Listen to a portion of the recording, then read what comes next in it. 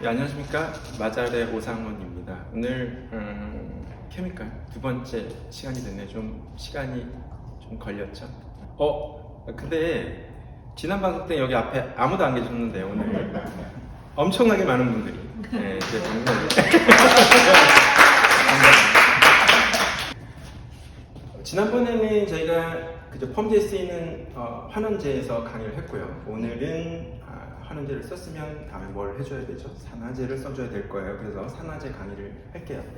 강의하기 전에 지난번에 했던 환원제에 대한 건 복습 한번 하고 갈까요? 네. 글자가 작긴 해도 뭐 지난번에 강의했던 거니까 이해하실 거라고 생각하고요. 그 펌지에 쓰이는 환원제 제가 세 가지 말씀드렸어요. 그렇죠? 네. 뭐죠? 시스테아민. 시스테아민. 그 다음 뭘까요? 자, 치오글라이콜. 아무 때나 좀 드시면 제가 당황스러웠습니다. 알겠습니다. 자, 치오 글라이콜릭 애시드.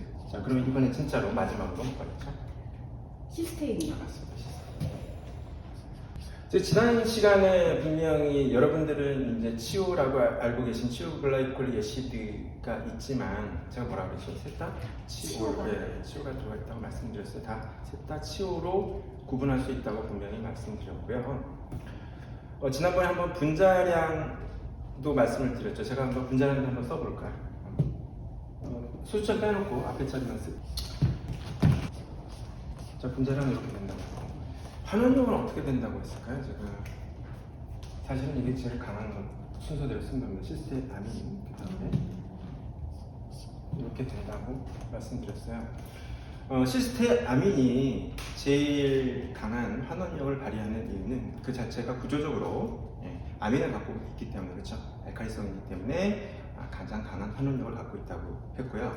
자, 그런 이론에 따른다면 원래는 치오 글라이콜릭 애시드보다는 시스테인이 더 환원력이 세야 된다고 했어요. 왜냐하면 시스테인은 중성이고요. 치오 글라이콜릭 애시드는 산성이에요. 그럼에도 불구하고 실제로 시술을 해본 결과는 치오 글라이콜릭 애시드가 시스테인보다 더 강했습니다. 그 이유로는 아마도 분자량이 적기 때문에 침투력이 좋아서가 아닐까라고 추론을 했었죠. 여러분, 요 순서 한번 잘 기억해 두세요. 그리고 분자량에 관한 개념도 저희가 나중에 좀 더 깊이 있는 왜 굳이 이 세 가지 시스템 다 치오가 이렇게 세 가지 다른 치오가 있는데 왜 세 가지를 굳이 구분해서 써야 될까 궁금하시겠죠? 그냥 그거 아마 어떤 분들은 많이 여기에 대해서 연구를 많이 하신 분들은 아마 제가 이것만 이렇게 딱 정리해 드린 걸로도 아마 머릿속에 다 개념이 잡히셨을 수도 있겠지만 어쨌든 좀 더 깊이 있는 또 대화를 진행하도록 할게요. 자, 그러면 오늘은 아까 말씀드렸던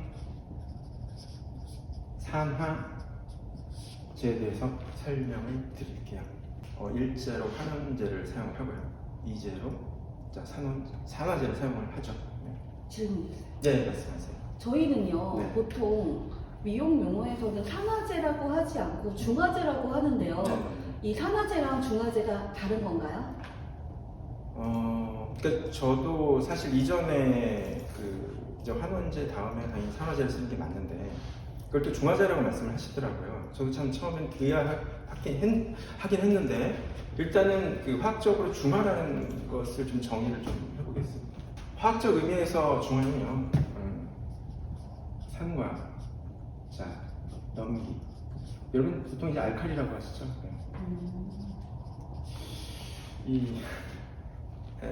원래는 화학적으로 염기라고 표현하는 게 맞는데 여러분들 그냥 알칼리로 알고 계시니까 그냥 같이 쓰도록 할게요. 산과 염기가 만나서 그렇죠. 중성. 자, pH적으로 중성을 만드는 것을 중화라고 합니다. 기호를 한번 써볼까요? 산은 대표적으로 수소 이온으로 나타내죠. 그다음에 염기는 뭐죠? 수산화 이온으로 대표적으로 표시를 합니다. 그럼 뭐가 될까요? 그러면 물이 되죠. 자, 이렇게 산이 10개가 있으면 염기도 10개를 더해서 중성을 만드는 것을 화학에서는 중화라고 해요. 그런데 왜 이런 미용계에서는 산화제를 중화제라고 쓸까 생각해 봤더니 환원제에서는 뭐가 들어갑니까? 환원제를 촉진시키기 위해서 알칼리제가 들어가잖아요. 그죠? 그 다음에 산화제는요, 산화를 촉진시키기 위해서는 산성 쪽에서 유리하거든요. 그래서 pH가 산성 쪽입니다. 그러다 보니 아마 알칼리와 산이 만나기 때문에 그걸 중화라고 말씀하시는 것 같아요. 이해는 합니다. 다만 화학적으로는 중화의 개념을 설명드렸고 정확하게 산화제라고 말씀하시는 게 맞죠. 그렇지만 왜 중화제라고 말씀하시는지는 이해를 하겠습니다. 그러면 여기서 또 궁금한 게 또 한 가지 더 있는데요. 그러면은 이런 산화제의 가장 중요한 역할은 뭐예요? 산화제의 가장 중요한 역할. 네. 말 그대로 산화하는 거겠죠.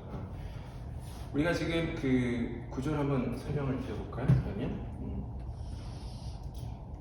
우리가 이 모발의 케라틴 단백질 구조의 가장 중요한 역할을 하는 게 뭐죠? 시스틴 결합이죠. 자, 그러면 어떻게 됩니까? 자, 환원이 되게 되면, 자, 우리가 환원제, 지난번에 환원제에 대해서 강의를 했고요. 환원제를 뭐로 쓴다고 했었죠? 환원제로 치유를 쓴다고 했었죠? 치유를 써서 환원을 시켰으니, 그러면 어떻게 됐습니까? 반대가 뭐죠? 환원의 반대는 산화가 되겠죠. 여러분 이제 여기 구조적으로 보시면 어떻습니까? 여기서 보면 시스틴 결합이 시스테인으로 수소를 얻어서 시스테인으로 갔고요. 자, 반대로 시스테인에서 수소를 잃어서 시스틴으로 갔죠. 이런 작용이 될 텐데 이제 제가 이 그림을 그리고 보니까 예전에 제가 1년 전에 제가 케미칼 강의를 한 게 있는데 그때 제가 산화 환원을 좀 인생과 엮어서 좀 설명을 드린 게 있었어요. 그때 제가 산화를 뭐라고 설명을 했었냐면 이게 산화잖아요, 그렇죠? 네. 안정이라고 설명을 드렸습니다. 왜냐하면 에너지적으로도 안정하고 구조적으로 안정하게 된다고 말씀을 드렸어요. 그래서 산화는 안정화되기 때문에 일어난다고 말씀을 드렸고, 그럼 안정의 반대는 뭘까요? 불안정. 그렇죠. 불안정. 그런데 저는 안정의 반대가 불안정이 아니라고 다른 말로 정의를 했습니다. 여러분들 결혼을 왜 할까요? 왜 하십니까? 결혼 해도 후회고 안 해도 후회라고 하는데 보통 이제 안정을 찾기 위해서 하죠. 그러면 안정을 찾았어요. 근데 잃는 건 뭐가 있을까요? 그렇죠. 자유를 잃겠죠, 자유를. 그렇죠. 뭔가 밤새도록 술 마시고 싶고, 그렇죠. 친구들 만나서 떠들고 싶고, 그런 자유를 잃겠죠. 그래서 제가 안정의 반대는 뭐라고 했냐면 자유라고 말씀을 드렸습니다. 자, 이 그림에서 보시면 어떻습니까? 자, 이 구조는 어때요? 뭔가 좀 닫혀 있지만 구조적으로 안정하죠. 어떻습니까? 시스테인으로 이 시스틴 결합이 끊어지면서 어떻게 보다 자유롭게 되겠죠. 자, 제가 아까 안정의 반대는 자유라고 말씀드렸지만 불안정도 맞아요. 얘네들이 자유롭긴 하지만 얘네들이 구조적으로 자유로운 대신에 어떻게 되냐, 얘가 자유롭게 움직이다 보니까 서로 부딪히고 깨지고 충돌하다 보니까 어떻게 되습니까? 열이 생기겠죠. 우리 사람끼리도 서로 충돌이 되면 열 받지 않겠어요, 그렇죠? 그래서 얘가 지금 겉으로는 보이진 않지만 에너지적으로는 좀 불안정한 상태입니다. 그래서 산화는 안정하고 환원은 자유라고 말씀드렸습니다. 그러면은요, 이렇게 환원 상태가 되면 이렇게 불안정한 상태이기 때문에 파마약을 도포하고 나서 일지를 도포하고 나서는 자기네들끼리 굉장히 거기에서 많은 이런 손상도가 있겠네요. 불안정하니까. 그렇죠. 에너지적으로 불안정하니까 손상도가 있는 게 맞죠. 당연하겠죠. 자, 그럼 우리가 아까 이제 환원제는 이제 치료를 쓴다고 말씀을 드렸고, 산화제는 뭐 쓰죠, 여러분? 그렇죠. 대표적으로 두 가지 쓰죠. 브롬산, 나트륨, 그다음에 줄여서 가스라고 할게요. 그래서 산화제의 작용은 안정한 구조를 만들기 위해서, 여기서는 이제 수소가 이 변화가 생겼죠. 보통 이제 산화를 정의할 때는 이제 산소로도 정의하지만 수소로도 정의를 합니다. 수소를 잃으면 어떻게 되죠? 수소를 잃으면 산화가 되고요. 그렇죠? 수소를 얻으면 환원이 되죠. 그러면 이제 말씀드린 이 산화제에 대해서 구체적으로 좀 설명을 드릴게요. 구조도 한번 그려볼까요?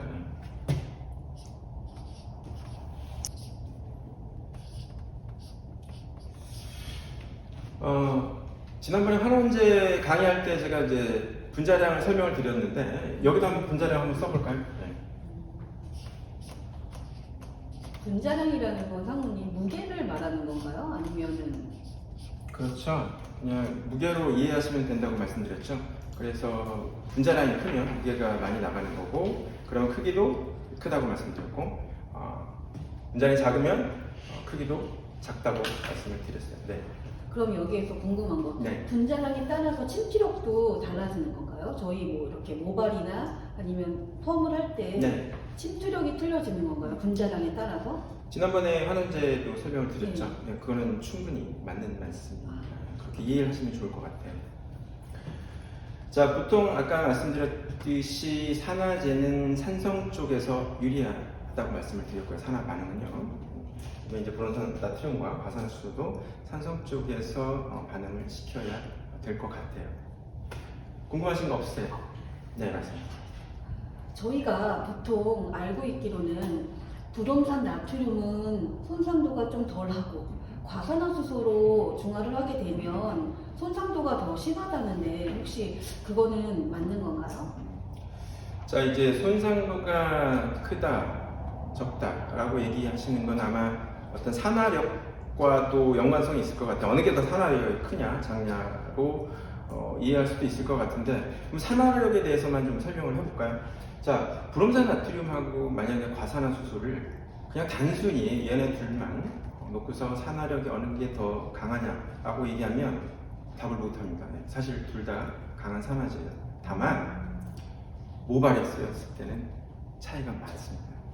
자, 우리 아까 어떻습니까? 제가 잠깐 아까 시스틴 결합이 산화하는 과정을 잠깐 그림으로 설명드렸죠? 뭐가 이동이 생겼었을까요? 그렇죠? 뭐가?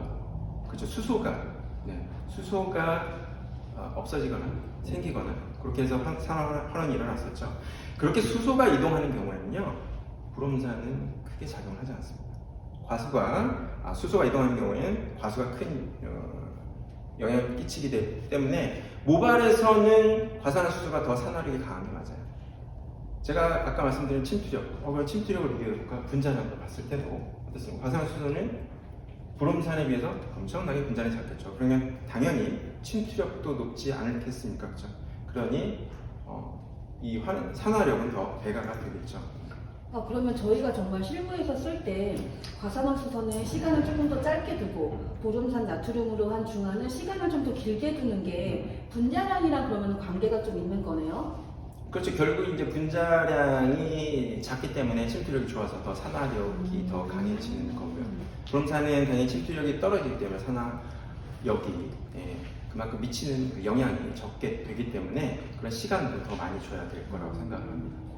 그러면 불om산 나트륨은 나트륨이라고 하는 거는 염이잖아요. 성분이잖아요. 네. 저거는 저희가 알고 있기에 잔류가 된다, 모발에 남는다라고 알고 있거든요. 그러면서 그 남은 염이랑 다음번 시술에 할 때 하는 펌이랑 만나게 되면 얘네가 더 큰 데미지를 얻는다 그러는데 그것도 한번 설명 부탁드립니다. 그렇죠. 만약에 이제 과산화수소 같은 경우는 잔류할 확률이 거의 없습니다. 왜냐하면 얘네들이 이제 휘발이 된다거나 또 물로 분해가 되기 때문에 잔류할 확률이 거의 없는데, 불om산 나트륨은 만약에 물론 세척을 잘하면 되겠지만 혹여나 그게 좀 부족하다면 당연히 잔류할 수 있겠죠. 그러면 어떻게 되겠습니까? 다음번에는 만약에 잔류한다면 다음번에 환원제로 시술하게 되면 다시 산화제와 환원제가 바로 만나다 보면 열이 발생할 수 있고요. 그럼 모발에 좋지는 않을 거라고 생각이 돼요. 만약에 우리가 불om산 나트륨을 좀 잘 제거를 하고 싶다면은 마잘에는 이지스가 있습니다. 뜬금없이 이지스가 뭐죠? 이지스는 pH 밸런스고요. 네. 잔류하는 알칼리를 제거해주는 역할의 제품입니다. 잔류할 pH 조절제를 네. 말씀하시는 것 같아요. pH가 얼마나 되나요? 6.2요. 6.2요. 네. 여러분 마잘에는 이지스가 있다고 합니다. 참고하십시오. 지금 이제 요 말씀 사실 드리려고 했어요. 자, 불om산이 지금 잔류를 하잖아요. 그런데 얘는 알칼리 쪽보다는 산 쪽에서 제거가 잘 됩니다. 자, 따라서 우리가 뭔가 약산성 쪽에서 pH 조절제, 방금 말씀하신 그런 pH 조절제만 있다면 불음산도 잔류할 수 있는 확률을 최대한 낮춰줄 수 있을 거예요. 뭐라고요 아까? 이지세요. 있었다고 합니다. 자, 됐나요? 네. 또 궁금하신 거 있으실까요? 그러면 저희가 염색도 모발에는 굉장히 많이 하잖아요. 네네. 거기에도 산화제가 들어가거든요. 네네. 산화제의 종류도 3%, 6%, 9%, 12% 이렇게 나오는데 3% 하면 좀 데미지가 덜하고 정말 올라갈수록 모발의 손상도가 정말 많거든요. 그게 과산화수소랑도 영향이 있는 건가요, 혹시? 제가 이제 아까 말씀드렸듯이 이제 과산화수소가 침투력이 좋고 산화력도 뛰어나다고 했는데 그러면 혹시 그러면 산화력이 강하니까 모발에 악영향을 주는 거 아닐까라고 의문을 가지실 수 있죠. 충분히 가능하죠. 많이 쓰면 안 좋죠. 그런데 지금 우리가 산화제, 화장품에 쓰는 이 산화제는요, 그러니까 네트로 따졌을 때 과수의 함량이 3% 이하입니다. 저희 회사 IP중화제, 마자레 IP중화제 같은 경우는 약 한 2.5% 정도 돼요. 그 3%라는 기준은 뭐냐면, 물론 화장품의 기준도 그렇지만 여러분들이 약국에서, 시중 약국에서 구매하실 수 있는 과산화수소의 과수 함량이 3%거든요. 그러니 큰 지장이 없다고 이해를 하시면 될 것 같아요. 그렇지만 과수가 만약에 많이 쓰게 되면 안 좋겠죠. 염색약에 어떻습니까? 3%? 6%? 9%, 9%? 12%. 어떻습니까? 실제로 올라갈수록 쏘면 거칠어지고 모발 손상도도 심하고 두피가 더 많이 따가워요. 그렇죠. 당연히 과수가 많이 쓰게 되면 모발에 분명히 안 좋은 영향을 줄 거는 맞는 얘기예요. 그러면 저희 같은 경우는 보통 시술할 때 일단 알칼리 시술, 일제 시술을 하고 이제 중화제를 했을 때 열이 나기 때문에 손상도가 가장 많이 난다 그러는데 이 과수보다는 어쩌면 이 일제의 이런 환원제 성분 때문에 더 모발이 손상되고 기술적인 부분들 때문에 더 모발이 손상되겠네요. 그러면 그렇죠. 그건 이제 기술적인 부분 때문에 당연히 손상도가 있을 수 있겠고요. 자, 그래서 이제 또 반복되는 얘기는 결국은 이제 환원제와 산화제가 만날 때 약산성 쪽에서 조절해 줄 수 있는 그런 산화 반응을 최종적으로 그렇게 조절할 수 있는 무언가가 있다 그러면 아마 그런 위험도를 최대한 줄여줄 수 있을 거라고 생각을 합니다. 다시 한번 이지. 네. 자, 또 뭐 궁금하신 거 있으세요? 너무 재밌었어요. 제가 오늘 강의는 여기까지 하겠습니다. 사실 강의 어떠셨는지 모르겠네요. 왜 더 긴장이 될까요? 제가 다음번에는 좀 더 좀 여유롭고 더 재미있는 강의를 준비하도록 하겠습니다. 제가 그렇게 강의를 준비하는 동안 여러분들은 뭘 하셔야 되겠습니까? 구독과 좋아요 꼭 부탁드릴게요.